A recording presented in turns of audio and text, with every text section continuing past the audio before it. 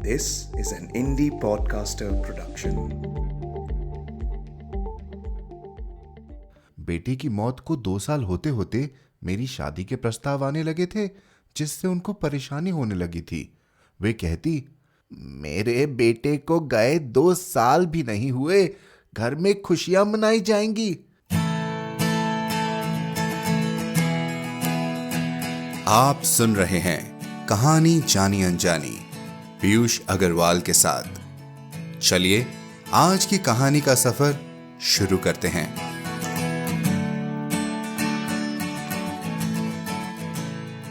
नमस्कार दोस्तों, आप सबको टीम कहानी जानी अनजानी का प्यार भरा सलाम। हम फिर ले आए हैं अनकही अनसुनी कहानियों के खजाने से एक खूबसूरत तोहफा। लेकिन कहानी शुरू करने से पहले एक बड़ी खबर।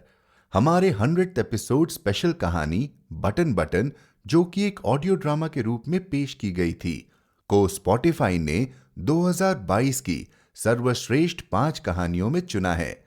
अब आप सबके प्यार के साथ हमें दुनिया भर से मैसेजेस आ रहे हैं। USA, Australia, Canada, UK, Nepal, सब जगह। अगर आपने अभी तक वो एपिसोड नहीं सुनी है तो जरूर सुनिए और हमें hello@piyushagarwal.com पर लिखते रहें। आज की हमारी कहानी का नाम है मुक्ति, जिसे लिखा है चूकी भूटिया जी ने। डॉक्टर चूकी भूटिया सिक्किम विश्वविद्यालय के हिंदी विभाग में सहायक प्रोफेसर के पद पर कार्यरत है। सृजनात्मक लेखन में कहानी, कविता और आलोचनात्मक लेखन करती हैं। आकाशवाणी द्वारा प्रसारित कार्यक्रमों में इनकी वार्ताएं प्रसारित होती हैं। इनकी 3 पुस्तकें प्रकाशित हैं। इन्हें हिंदी भाषा साहित्य की सेवा में निमित्त कई महत्व पुरस्कार प्राप्त हुए हैं, जिनमें सिलीगुड़ी युवा जागृति संघ द्वारा हिंदी सेवी सम्मान, बिहार हिंदी साहित्य सम्मेलन पटना द्वारा साहित्य सम्मेलन शताब्दी सम्मान, राजस्थान की नामचीन साहित्यिक संस्था साहित्य मंडल श्रीनाथ द्वारा की हिंदी भाषा भूषण की मानद उपाधि उल्लेखनीय है। इनके बारे में और जानकारी के लिए हमारी वेबसाइट www.piyushagarwal.com पर जाएं। चलिए शुरू करते हैं आज की कहानी का सफर, और कहानी के बाद चूकी जी से हमारी बातचीत भी। सुनते रहिए।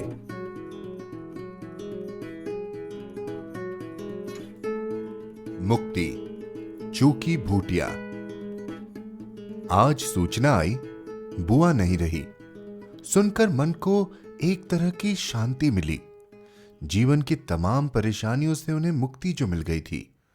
करीब 2 साल से वे खुद से लड़ रही थी। जिनकी चेतना अपनी बीमारी से ठीक होने की न हो, उन पर दवाइयां क्या असर करती। कोई 2 साल पहले पता चला था कि वे जार यानी चावल से बनी शराब पीने लगी थी। अक्सर धुत रहती। सुनने में पहले ही उन्हें दिक्कत होती थी। नशे में अब उनकी स्थिति और हास्यास्पद हो जाती है। ऐसी बात भी सुनने को मिलती रही थी। दिल से बहुत नेक थी। नशे की आदत ने उनको सबसे दूर कर दिया था। मैंने कई बार बुआ को समझाना चाहा था, पर बुआ नशे से बाहर होती नहीं, मेरा कहां सुनती। मुझे बुआ से बहुत गहरा लगाव रहा। मेरी मां के बाद वे ही हैं मां जैसी, जो मेरी पसंद नापसंद जानती है। मैं जब भी हॉस्टल से लौटती बुआ के यहां रहा करती थी। मां के चले जाने के बाद मेरे नखरे सहने वाली वे ही थी। 4 वर्ष पहले उनके बेटे की मौत हुई थी। तब से लगातार बदलती चली गई थी। बेटे ने आत्महत्या की थी। माता पिता के लिए ऐसी पीड़ा बहुत दुखदाई होती है। उनका बेटा जीवन के संघर्ष से लड़ नहीं पाया था।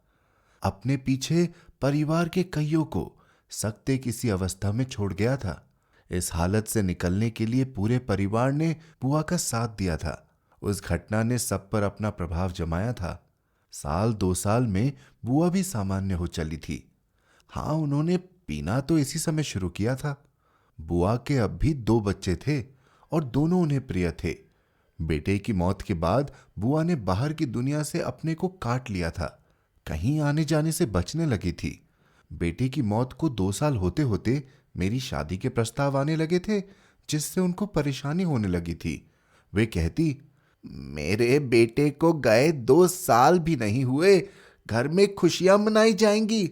शादी तो मेरी नहीं रुकी, पर बहुत कम तामझाम के साथ मैं एक नए आंगन में अपनी नई जिम्मेदारियों के साथ आ गई थी। बुआ बीमार है। सुनती थी पर काम के बोझ से कभी मुक्ति नहीं मिली कि उनके पास जा सकूं। एक दिन जैसे ही मौका मिला उनके यहां दौड़ पड़ी। मैंने कई बार चाहा कि बुआ के मन की था लूं, पर सफल नहीं हुई। मैं बुआ के यहां से निकल आई, पर उनका चेहरा लगातार आंखों के सामने आता रहा। उनके चेहरे से रौनक जा चुकी थी। अपने दायित्व निभाती हुई बेजान बुआ यहां वहां मंडरा रही थी, अपने कार्यों को निपटा रही थी। मुझे देख उनके चेहरे में खुशियों के कई रंग झिलमिलाया करते, इस बार गायब थे। इस बार मुझे देख उनके होठों पर हल्की मुस्कुराहट आई और गायब हो गई। उनके चेहरे पर मातम वाले भाव लौट आए थे। बुआ का उदास मुरझाया चेहरा मैं भूल नहीं पा रही थी। बुआ के पास लौटने को मैं विवश हुई। मुझे अकेली पाकर उनका बंधा बांध टूट गया था, जैसे वे मेरे इंतजार में थी। मेरे पूछने भर की देरी थी, भर भरा कर ऐसी टूटी कि मैं असमंजस की स्थिति में आ गई। बेटे की आकस्मिक मौत पर भी इतना निराश और अपने जीवन से इतनी खफा नहीं लगी थी जितनी अब मुझे वे लग रही थी। बुआ अपने वैवाहिक जीवन से तंग थी। वे अपने को असफल पा रही थी, हर स्थिति के लिए खुद को दोष दे रही थी। अब हमारे बीच कुछ नहीं बचा है। तुम्हारे फूफा पैसे नहीं देते हैं, जब तब लात घूसे चलाने लगते हैं। एक बार मेरे कान पर इतने जोर से मारा कि सुनाई देना बंद हो गया है।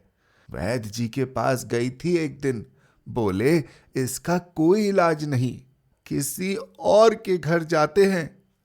बहुत कुछ था बुआ के मन में। मैंने बिना टोके उनको बोलने दिया। मुझे याद आया, एक बार बुआ के हाथ पैर टूट गए थे, वे अस्पताल में भर्ती हुई थी। सब फूफा की करतूत थी। कई सालों से बुआ चुपचाप सहती आई थी, क्योंकि मेरी दादी कहती है, घर की समस्याओं को लेकर कभी बाहर नहीं आना। औरत अपने मर्द को बदनाम नहीं करती। किस घर में झगड़ा नहीं होता, हाँ, बस समय सब ठीक कर देता है। शायद अपनी मां के ये शब्द उन्हें आगे बढ़ने से रोकते रहे और उस संबंध को निभाती रही जिसने अपनी सारी हदें पार कर दी थी। बुआ के बच्चे बाहर पढ़ते थे, उन्हें कभी मां की तकलीफ का एहसास नहीं हुआ। बुआ बोले जा रही थी, त्योहार आते और चले जाते हैं, तन में नए कपड़े के नाम पर पेटीकोट तक नहीं आता। मैंने तंत्र मंत्र पूजा जाप सब करके देख लिया, अब उनका मन मेरी तरफ कभी नहीं लौटने वाला। कभी अपने हक की बात करूं तो बहुत चिढ़ जाते हैं, कहते हैं तुम तो ऐसी ना थी, तुम्हें यह पाठ कौन पढ़ा रहा है। मेरे कान बुआ को सुन रहे थे, पर ध्यान कहीं और था। बुआ का घर पहले मुर्गे मुर्गियों से भरा रहता था, पर अब वे एक दो ही दिखाई दे रहे थे। दड़बा खाली पड़ा था। उनके आंगन में खड़ी गाय के गले पर एक बड़ा सा घाव हो गया था, जिससे मवाद बह रहा था। बुआ ने उसके गले से रस्सी खोल दी थी और कभी भी जाने के लिए आजाद कर दिया था, पर गाय कहीं नहीं जाती थी, उसी खूंटी पर उदास खड़ी रहती थी। बुआ के घाव बनकर मुझ में बहने लगे थे।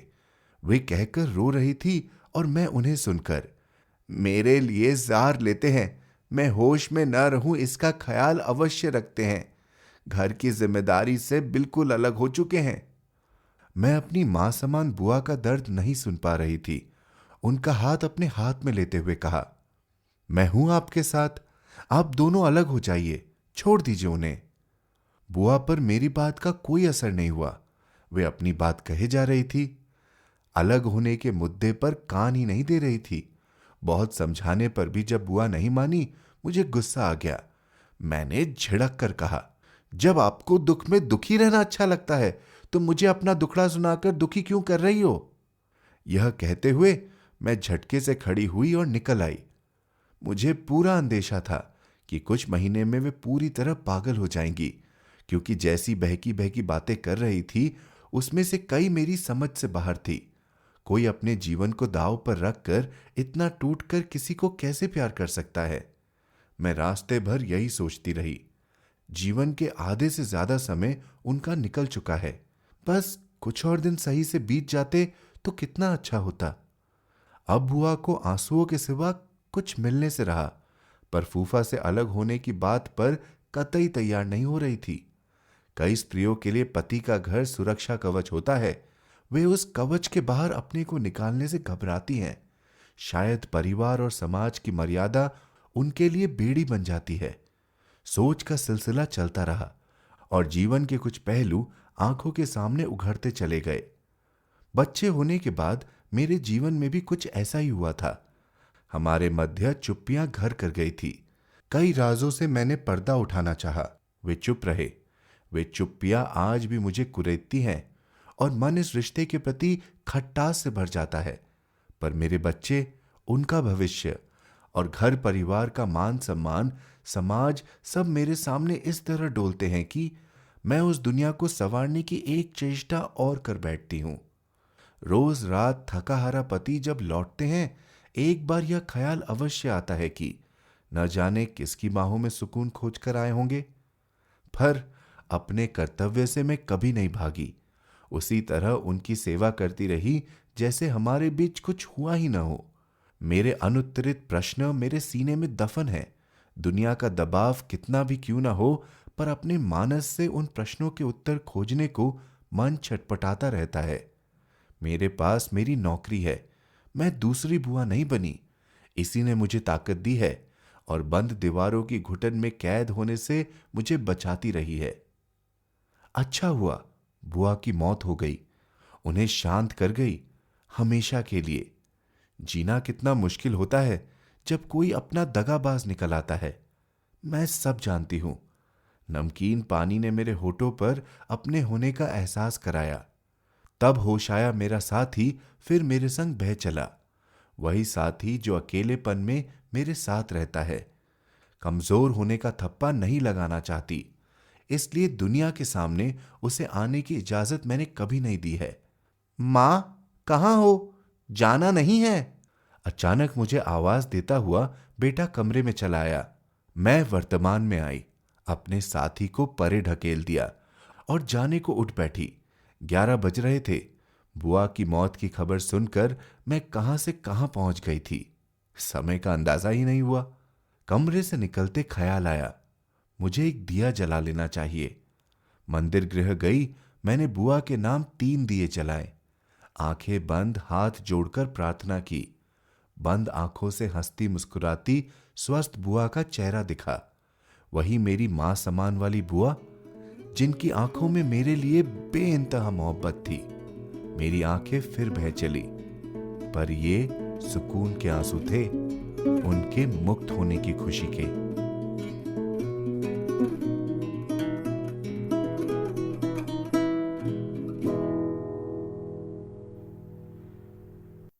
नमस्कार। तो अभी जो आपने कहानी सुनी वो लिखी है चूकी भूटिया जी ने, और हमारे साथ वो आज जुड़ी है ताकि हम उस कहानी पर चर्चा कर सके। जैसा कि हम हमेशा करते हैं, कहानी के पीछे ही कहानी जानना। तो आपके लिए हम लाए हैं चूकी भूटिया जी को। चूकी जी, आपका बहुत बहुत स्वागत है कहानी जानी अनजानी पर। बहुत बहुत शुक्रिया पीयूष अग्रवाल जी। तो चूकी जी, सीधे मुद्दे पर आते हैं। सबसे पहला सवाल जो यही जानना चाहेंगे हम वो ये है कि ये कहानी आपने क्यों और कब लिखी? ये कहानी पिछले 2-3 साल से मेरे दिमाग में था।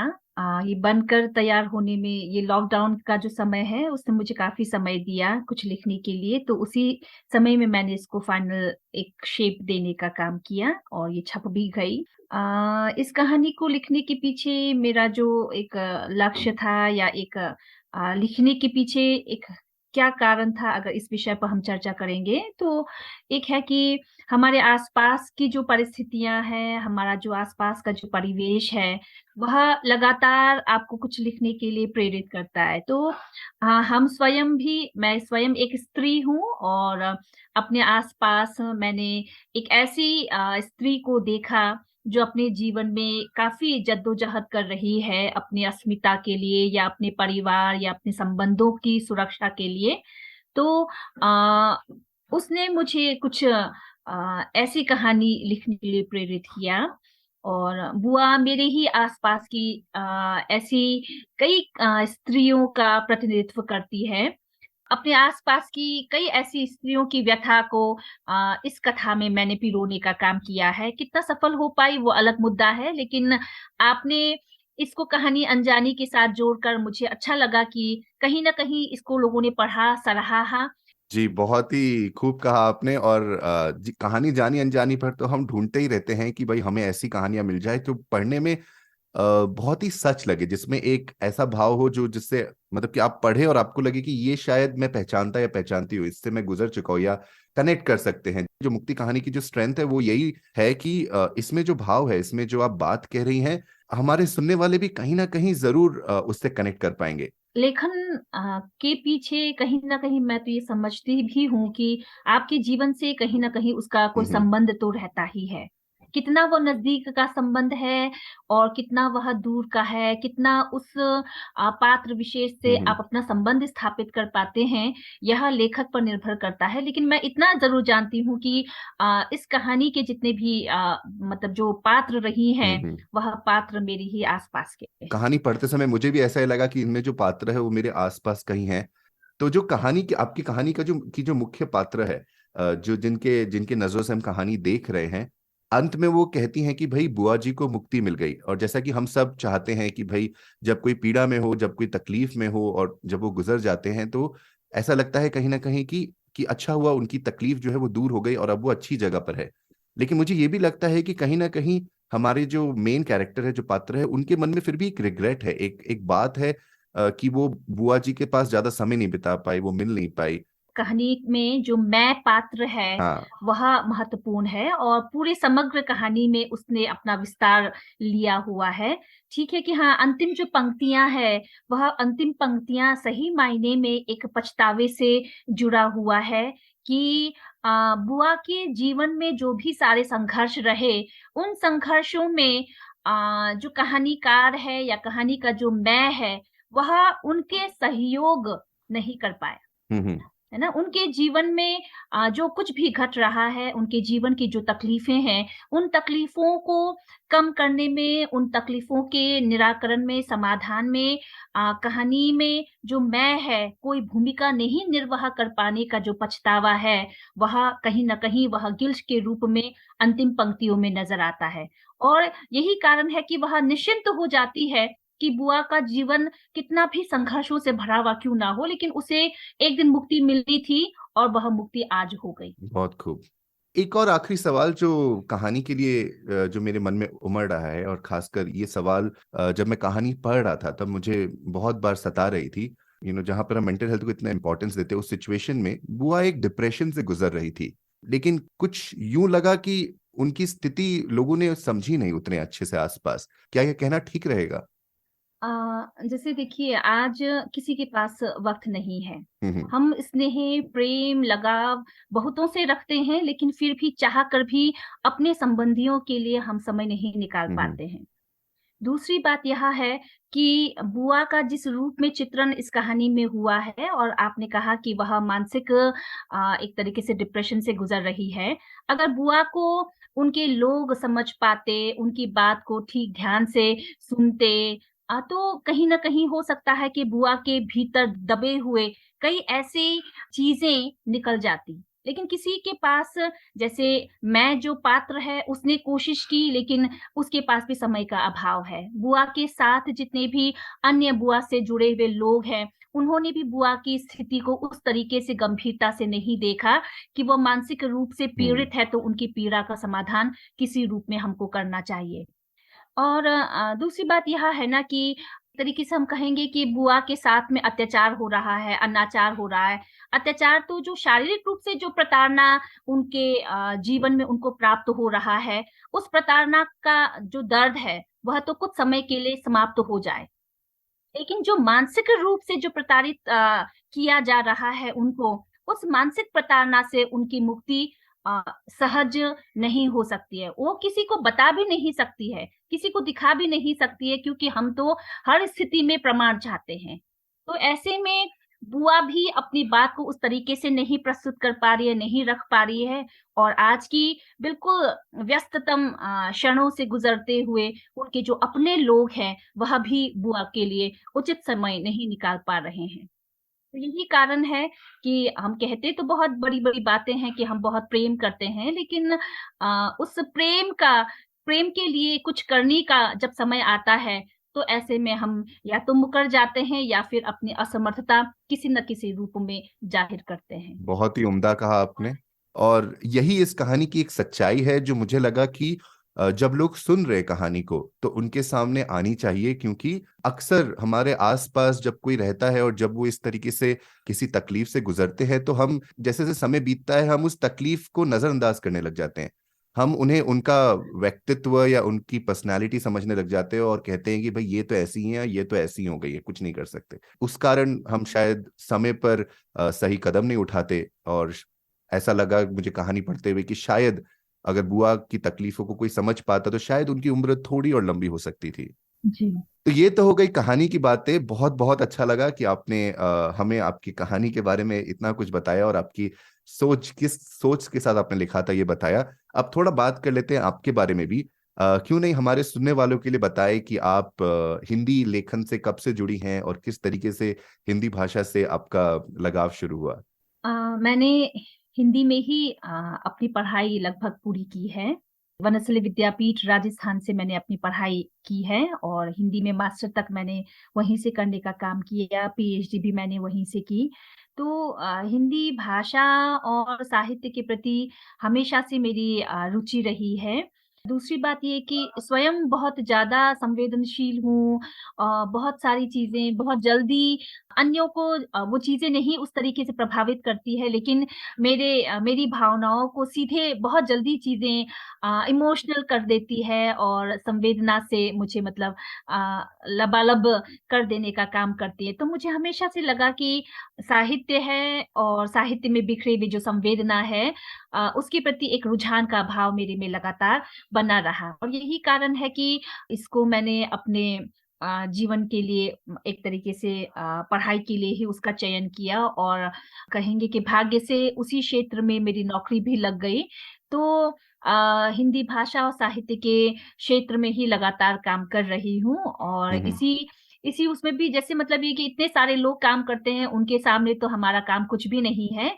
लेकिन फिर भी लगातार लेखन के क्षेत्र से जुड़ी हूँ और पिछले एक तरीके से देखा जाए तो मेरी जो पहली कहानी प्रकाशित हुई है, वह उस समय मैं बीए प्रथम वर्ष में पढ़ाई किया करती थी और वह मैंने एक प्रेम कथा के रूप में मैंने एक कहानी लिखी थी, जो जिसमें अंत में प्रेम में भेंट नहीं होती है प्रेमी और प्रेमिका के मध्य, लेकिन फिर भी उस प्रेम कहानी को लिखने का काम मैंने किया था और मुझे अच्छा लगा कि वह कहानी तुरंत प्रकाशित भी हो गई और उसको कुछ एक जिन भी लोगों के सामने से वह कहानी गुजरी, उन्होंने उसकी प्रशंसा भी की। इस बात पे मैं एक बात और जोड़ना चाह रही हूँ कि यह जो मुक्ति कहानी है, मेरी जो पहली कहानी प्रकाशित हुई थी, उसका शीर्षक अब तो मुझे बिल्कुल ध्यान उस तरीके से नहीं है, लेकिन फिर भी शीर्षक जहाँ तक मुझे लग रहा है, कुछ ऐसा हुआ था।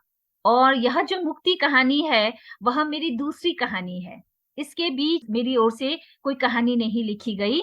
इसके बीच मैंने कई कविताएँ लिखी, तो यह जो मुक्ति कहानी है, वह मेरी अब तक लिखी हुई दूसरी कहानी में आती है और अरे वाह। मुझे इस बात से और ज़्यादा खुशी हुई कि आपने इस कहानी अनजानी पॉडकास्ट के लिए इसका चयन किया, तो मुझे सही में लगा कि हाँ, कुछ लिखा जाना चाहिए क्योंकि अगर आप लिखने का प्रयास करेंगे, तो उस लिखने की चेष्टा में कहीं न कहीं आपसे एक बेहतरीन रचना बन जाएगी। तो मैं आपके प्रति बहुत शुक्रगुज़ार व्यक्त करना चाहूँगी कि आपने मेरे उत्साह को और ज़्यादा बढ़ाने का काम किया। बहुत बहुत धन्यवाद। ये हमारा भी सौभाग्य है और हम तो चाहते ही हैं कि सभी और लिखे। आपने इतना समय हमें दिया, आज कहानी पर चर्चा की, अपने बारे में जानने का मौका दिया, उसके लिए बहुत बहुत शुक्रिया चूकी जी। आपसे मुक्ति पर बातें करके बहुत अच्छा लगा और हम उम्मीद करते हैं कि आप ऐसे ही और कहानियां लिखें और हमें यूं ही बहुत सारी कहानियां पढ़ने मिले। बहुत-बहुत शुक्रिया पीयूष। तो कैसा लगा आपको आज का एपिसोड? हमें ईमेल करके बताएं hello@piyushagarwal.com पर। आप जहां कहीं भी हमें सुन रहे हैं, सब्सक्राइब बटन पर क्लिक जरूर करें ताकि आप हमारी कोई भी कहानी मिस न कर जाएं। साथ ही एप्पल पॉडकास्ट और स्पॉटिफाई पर हमें रिव्यू और रेटिंग देना न भूलें। मिलते हैं अगले शुक्रवार एक और कहानी के साथ। कहानी जानी अनजानी पॉडकास्ट में अपना योगदान देने के लिए जाएं piyushagarwal.com पर और सपोर्ट द शो लिंक पर क्लिक करें। ये पॉडकास्ट आपके ही योगदान का नतीजा है। आज के एपिसोड की प्रोड्यूसर हैं देवांशी बत्रा। आप सुन रहे थे कहानी जानी अनजानी पीयूष अग्रवाल के साथ, जो कि इंडी पॉडकास्टर की एक पेशकश है। तो हम आपसे मिलते रहेंगे हर शुक्रवार। तब तक के लिए अपना ध्यान रखिए, स्वस्थ रहिए और मुस्कुराते रहिए।